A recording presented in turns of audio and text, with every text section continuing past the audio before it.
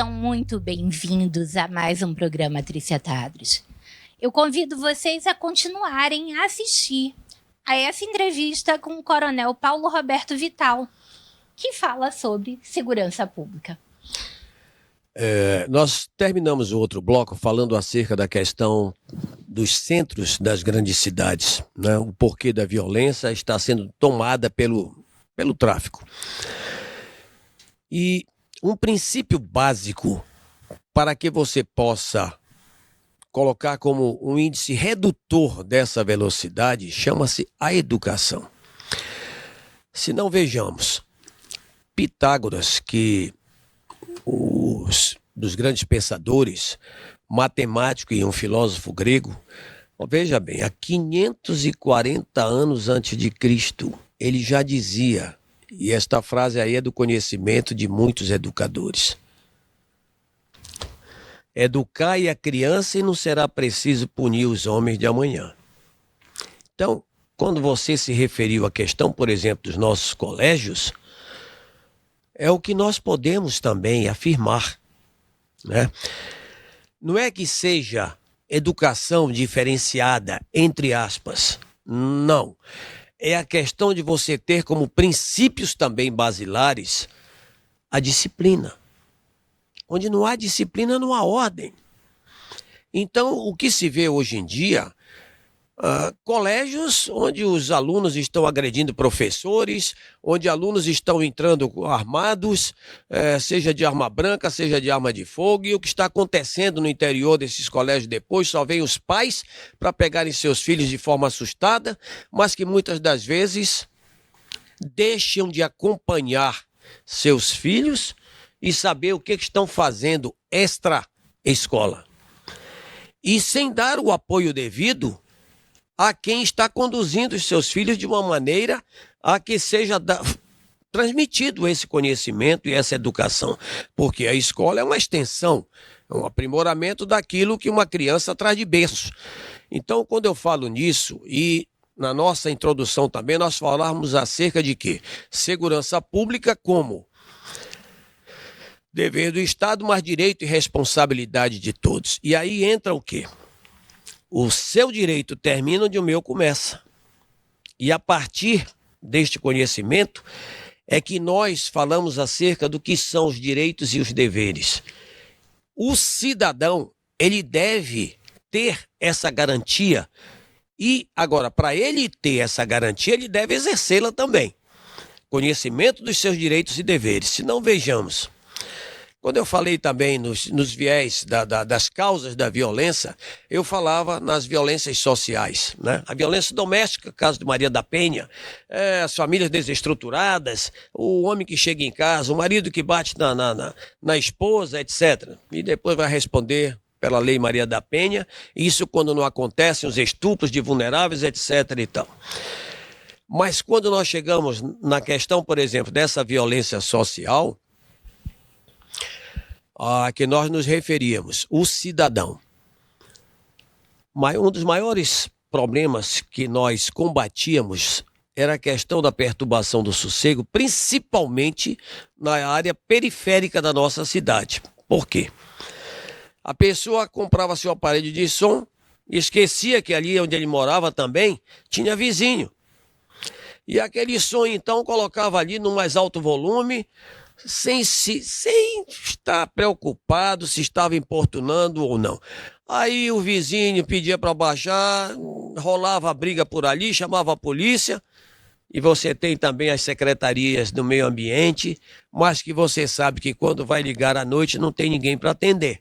Então, eu quero dar com isso um exemplo de como começa a gerar a questão da violência. E sem falar na privação de sono que causa a agressão crianças à e torta idosos, e à direito. né? Crianças e idosos, às vezes. Mas até um cidadão em idade economicamente ativa, quando não dorme bem, acorda amanhece agressivo. pessimamente para ir trabalhar. Não tem. A mesma coisa funcionamento de bares. Eu combatia muito e eu mesmo saía para fechamento desses bares periféricos. Porque, minha gente, vocês vão de convir. Bar periférico que funciona 24 horas e amanhece, primeiro que quem está lá expressando, não trabalha, é vadio. Está ali para usar droga, para beber, se embriagar e dali sair para fazer o que não deve, né? Então No isso mínimo, é uma questão. No mínimo ele vai chegar em casa e agredir a esposa, Mas é os filhos. exatamente isso. Se não sair para brigar na esquina. As famílias desestruturadas, como nós falávamos antes de nós aqui estarmos nessa entrevista, eu conversando ali com a Pisa, eu dizia, ora, se quando nós, que nos consideramos como as pessoas normais, vindos de uma família estruturada, né, onde nos são passados, introjetados esses valores, temos de vez em quando os desajustados. Agora, você imagina essas famílias totalmente desestruturadas, sem exemplo nenhum, onde crianças estão parindo, porque menor de 12 anos é criança. E a gente vê, como eu assisti muitas vezes, mães que chegavam a mim na Secretaria de Segurança, avós apanhando de neto que queria dinheiro para comprar maconha, comprar droga, o marido que chegava em casa embriagado procurando por comida que ele não deixava. E com isso, quer dizer, uma família desestruturada, tanto no plano emocional como afetivo, é fruto já dessa violência. Não, e gente, eu tenho eu ouvi relatos de gente que teve que se mudar, entendeu? Sem deixar endereço para ninguém, porque filhos viciados, netos viciados, arrancavam até as telhas das casas para vender. É isso mesmo, mas quantas vezes... E eu digo mais, eu quando palestrava, gostava de fazer isso muito nos colégios também e nas comunidades. Nós, com o programa Ronda no Bairro, nós tínhamos os programas sociais voltados exatamente para essa interação com as comunidades, porque é assim que nós entendíamos que a comunidade tinha que participar ativamente da questão da segurança pública. Era Proerd, era Caravana da Cidadania, enfim. E quando foram criados os DIPs, os Distritos Integrados de Polícia, este foi o grande avanço desse programa, foi essa integração das ações, tanto da Polícia Militar como da Polícia Civil, também Corpo de Bombeiro, mas os DIPs funcionavam ali no mesmo espaço, Polícia Militar e Polícia Civil, né? Para o cidadão não ter aquele prejuízo, primeiro, de já sair da sua casa com aquele dinheirinho contado, pagando o ônibus, chegar num local, não ser atendido porque aquilo ali não era da área da sua jurisdição. E lá encaminhavam para outro. Não faça isso. Pense como se fosse um familiar seu que sai com aquele dinheirinho contado. Às vezes, atenda essa pessoa. Tem, né? Às vezes... não é? Às vezes, por exemplo, delegacias especializadas, como a Delegacia da Mulher, atendem mulheres descalças, exatamente, com a roupa do corpo, filho no colo, né? Mulheres que saíram andando até a delegacia, justamente, por não ter o dinheiro da condução. Justamente quando eu falo que o Ronda no Bairro era um problema científico, foi analisando todos esses fatos, porque quando foi criado isso aí na gestão do governador Omar Aziz, né? E nós à frente da pasta da Secretaria de Segurança Pública, tudo isto foi visualizado. A Delegacia da Mulher e os demais DIPs, nós tínhamos o acompanhamento pela assistência social, pelo psicólogo e pelo setor jurídico, porque um caso como esse que você falou agora, de uma mulher que chegasse apanhando com criança no colo, ela não voltava mais para o mesmo local onde ela apanhou. Ela já saía de lá e ia para um local já determinado. Não volta, certo? Não volta. Onde ali ela assistia. E eu sou muito grata ao saber, né? Porque tem familiares que trabalham, né? Ao saber que aqui a mulher que chega a uma delegacia da mulher, uma delegacia especializada, ou caminhando a uma delegacia comum e é encaminhada até uma delegacia especializada, ela não precisa mais voltar para casa e correr o risco de encontrar com aquele seu algoz, né? Porque a gente sabe que a violência doméstica, ela só tem dois caminhos, ou a separação, ou então o pior, né? E aí o que acontece? Essas pessoas têm um novo início de vida, às vezes entram em programas de proteção. Só um parêntese, quando você fala separação, ela não está segura. mesmo com a medida protetiva... Não, separação que eu falo é separar, ir para um lugar que o sujeito não tenha conhecimento isso. e recomeçar uma vida nova. Né? Porque mesmo com as medidas protetivas judiciais, essa pessoa não está segura. Medida protetiva não está, resolve. porque a pessoa, quando está a fim de matar realmente, seja por problema passional ou outro qualquer, ele vai e mata mesmo. Não, entendeu? e é impressionante que a gente volta na questão do egoísmo da educação, né? Alguns parceiros, né? A gente não vai falar só homens, mas alguns parceiros, eles têm tanta... eles têm tanto senso de propriedade que eles não conseguem ouvir um não. Ou não que eles ouvem um não, eles têm que tirar a vida do outro. Exatamente. E às vezes na frente de crianças inocentes, quer dizer, tragédias que acabam com gerações, né? E cenas que eu assistia também, que eu até você falou agora, me lembrou. A própria mulher chegava para denunciar o seu companheiro. Quando chegava na delegacia, ela dizia, não, começava a chorar, não queria mais que fosse detido. Eu digo, não, peraí, senão vai ficar os dois. Porque não é possível. Essa questão depois virava rotina. Mas essa mulher, hoje, ela é tratada com psicólogos. Porque esse tratamento de dependência emocional... submissão total, né? Então ela fica... Antigamente era chamada de falta de vergonha. Gente, isso não é falta de vergonha. Isso é falta de tratamento psicológico. O medo que fica, que a pessoa fica. Então... E outra coisa, muitos parceiros ameaçam que se você denunciar, você vai ser morto. E muitos cumprem, né? Isso aí mesmo. Vamos entrar num intervalinho comercial e a gente volta já. Ok.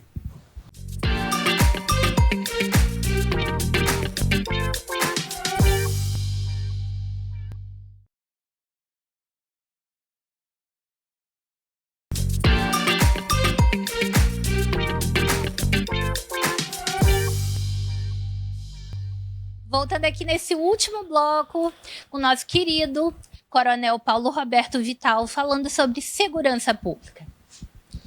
Ok. Ao encerrarmos este bloco, eu gostaria de fazer um direcionamento aos pais, principalmente aqueles que têm a responsabilidade de conduzirem seus filhos, né? E os responsáveis também por estes adolescentes. É quanto à questão do uso da tecnologia. A tecnologia ela é muito boa quando ela vem para o bem, quando ela é utilizada, seja, digamos assim, no colégio para fazer uma pesquisa, para se fazer um trabalho, para adquirir um pouco do conhecimento voltado para o bem. Mas essa tecnologia pode ser usada também de forma fatal. E quando isto acontece, são estes jovens que estão sem nenhum acompanhamento dos seus responsáveis, principalmente à noite, quando estão nos seus quartos. Tomem muito cuidado com relação a isso, porque o que nós vemos depois são crianças que estão sendo mutiladas por cumprirem determinadas exigências por parte daqueles aplicativos, e aqui já foi feito um processo de lavagem cerebral, né? E o adolescente, a criança que está nessa fase de formação, ela obedece cegamente. Muito cuidado com relação a isso. Segundo, com relação à questão do tráfico. O tráfico, assim como qualquer vetor econômico, ele busca a forma mais fácil de vender o seu produto. E quando ele faz, digamos, essa cooptação desses jovens para o ciclo vicioso, torna-se um dependente químico que fica muito difícil voltar novamente ao que era. A metrópole, o estado de São Paulo, eu estou com ele aqui em mãos, Renato Sérgio de Lima, um sociólogo, isto foi divulgado em fevereiro deste ano de 2025. onde ele diz: o crime organizado já é o principal empregador da região amazônica. Olha só. A mexicanização, que nós sabemos que o México é tratado como narco-estado. Nós estamos caminhando para isso, para que este país também seja um narco-estado. E hoje em dia, tudo que nós estamos assistindo tem envolvimento do tráfico. Quando ele fala e faz esta afirmação, isso é um estudo baseado em fatos, onde ele diz que no ano de 2022, só o PCC e o Comando Vermelho faturaram cerca de 167,8 bilhões de reais. Vejam bem, bilhões de reais. Isso na Amazônia. De que forma? Vendendo produtos que a princípio são considerados como legais, combustíveis, ouro, setor latifundiário, pesca predatória.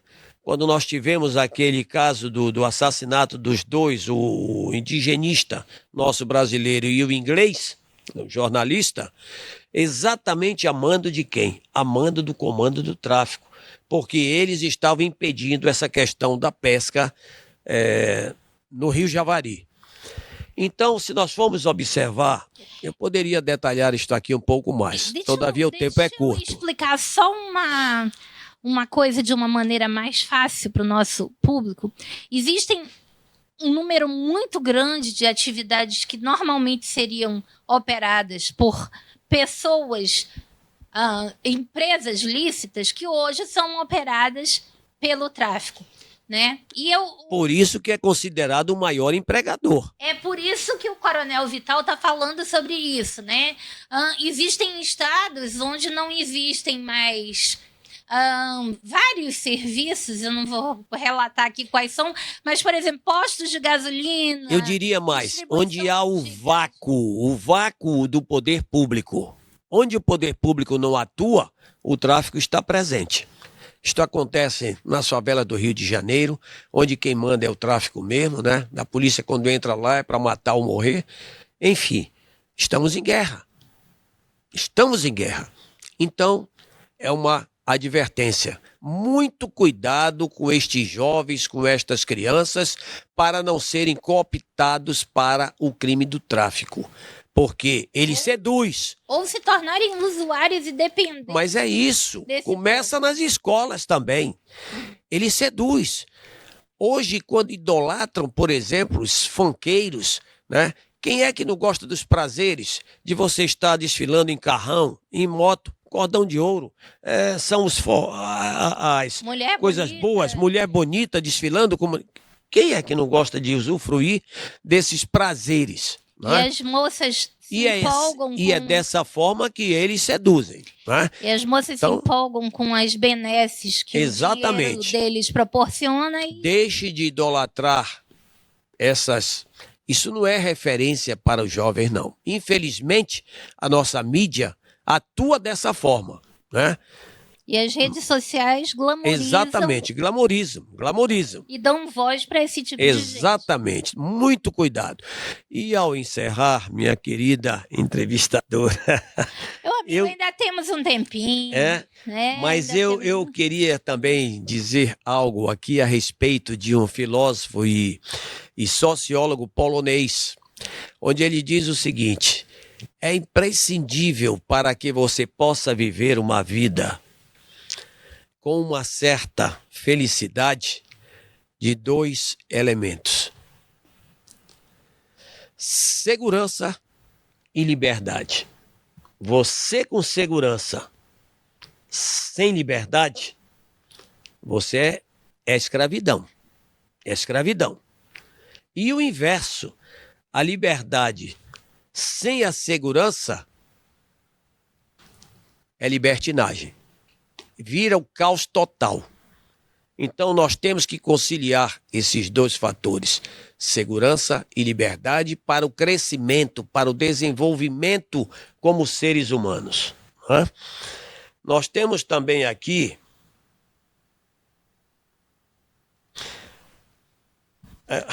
Como se cria um delinquente? Isso aqui eu vou me ater. Isso pelo amor de Deus, isso é de utilidade pública. Número 001.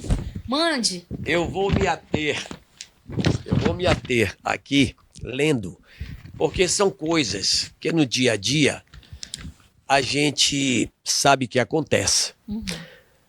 Primeiro, prive seu filho de qualquer obrigação e o mime, ou seja, não trate como uma criança que não tenha que fazer nada. Sem limite, né? Por exemplo, lavar uma louça, arrumar a cama onde ele está, né? Fazer uma atividade caseira, varrer, limpar o lugar onde ele sujou. É isto aqui que a pessoa se refere, né? Prive seu filho de qualquer obrigação.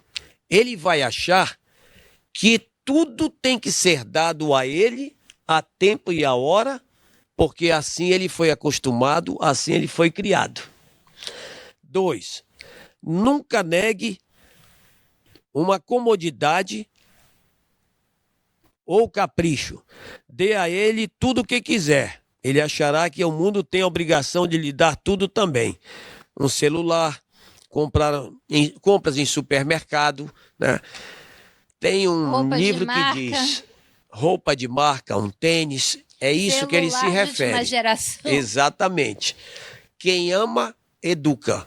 Aprenda também a dizer não, porque quem educa também tem que aprender a dizer não ao seu filho. 3, quando a criança usar vocabulários inadequados, como gírias, palavras de baixo calão, etc., a criança acha que o desrespeito e a indecência são engraçados. É lógico. E você também deve ter, eu via coisas assim que eu ficava impressionado. O filho bebendo na companhia. Era isso do pai. Que eu estava pensando, exatamente isso. Criança. A pessoa, a partir do momento que decide ser pai, ser mãe, tem que ter a consciência do exemplo. Pais bebendo dentro de casa, agredindo mãe dentro de casa, estão dando o exemplo de que aquilo é exatamente isso. Certo. É o certo. E o filho cresce vendo aquilo ali, aquelas cenas todas. E achando familiar. Exatamente. Então aí é que começa a violência doméstica, né? 4, mantenha discussões e brigas em sua frente. E isto que nós acabamos de falar, que você também deu como exemplo, as novelas também que assistimos hoje. As novelas antigamente, elas tinham um enredo bonito, gostavam de assistir. Depois disso aí, com essa questão, que houve essa mudança radical com relação à cultura, eu diria até a nossa cultura, né? De ideologia. A última novela que eu tentei assistir, meu Deus, Coronel, o primeiro ou segundo capítulo, não sei, o que eu tentei assistir, eu coloquei na seguinte cena, onde o traficante invadia a festa de aniversário de 18 anos, imagino, de uma garota, e que se a garota não fosse com ele, virar namorada dele, o pai seria levado para violência. Olha só. Pressão. Gente, acabou. Desliguei. Não tem condições de se assistir uma coisa dessa. E veja bem, na casa, milhares de casas entra esse tipo de cena. Milhares. Bastou meia cena, não uma cena inteira. Entendeu? Pra eu descobrir que aquilo ali era um horror completo. Meu Deus Agora, do céu. Gente, uma inversão de valores, como nós falamos ainda há pouco, né? Não, um horror mesmo. Isso não é novela, isso é filme de horror. Verdade. 5, dê todo o dinheiro que ele pedir, sem prezar a necessidade do trabalho. Ou seja, eu quero dinheiro para isso, pega, vai, compra. Quero um tênis, como você falou ainda há pouco, quero um celular, vai. Tem toda a facilidade. Então, para quê? Uma vez eu me refiro agora a um sermão que eu ouvi, uma pessoa também que é conhecidíssima, e ele dizendo isso na homilia dele na igreja. Encontrei ontem uma senhora aqui na rua tal, assim que me procurou e disse: padre, me ajude. Meu filho tem 2 faculdades, tem espalhou o currículo dele já por aí tudo e não consegue emprego, padre. Eu gostaria muito de você me ajudar. E ele começou as indagações. Me diga uma coisa, seu filho quantos anos tem e tal? Meu filho já está com 21 anos. Ele casou? Não, mora com a senhora, mora, tem o quarto dele sozinho, tem ar-condicionado, tem carro. Eu dei um carro para ele também. Tem seu carro? Me desculpa dizer, mas olha, eu acho que ele está esperando a senhora morrer para ele ficar com tudo, porque ar-condicionado, roupa lavada, comida, tudo. Nunca sentiu a necessidade do que é trabalhar, sempre teve do bom e do melhor. E aí? A mãe desesperada, coitada. Moral da história, para concluir essa entrevista, não vamos criar delinquentes, vamos criar cidadãos conhecendo seus limites e suas obrigações. Eu agradeço a audiência de vocês. Um beijo e até o próximo programa.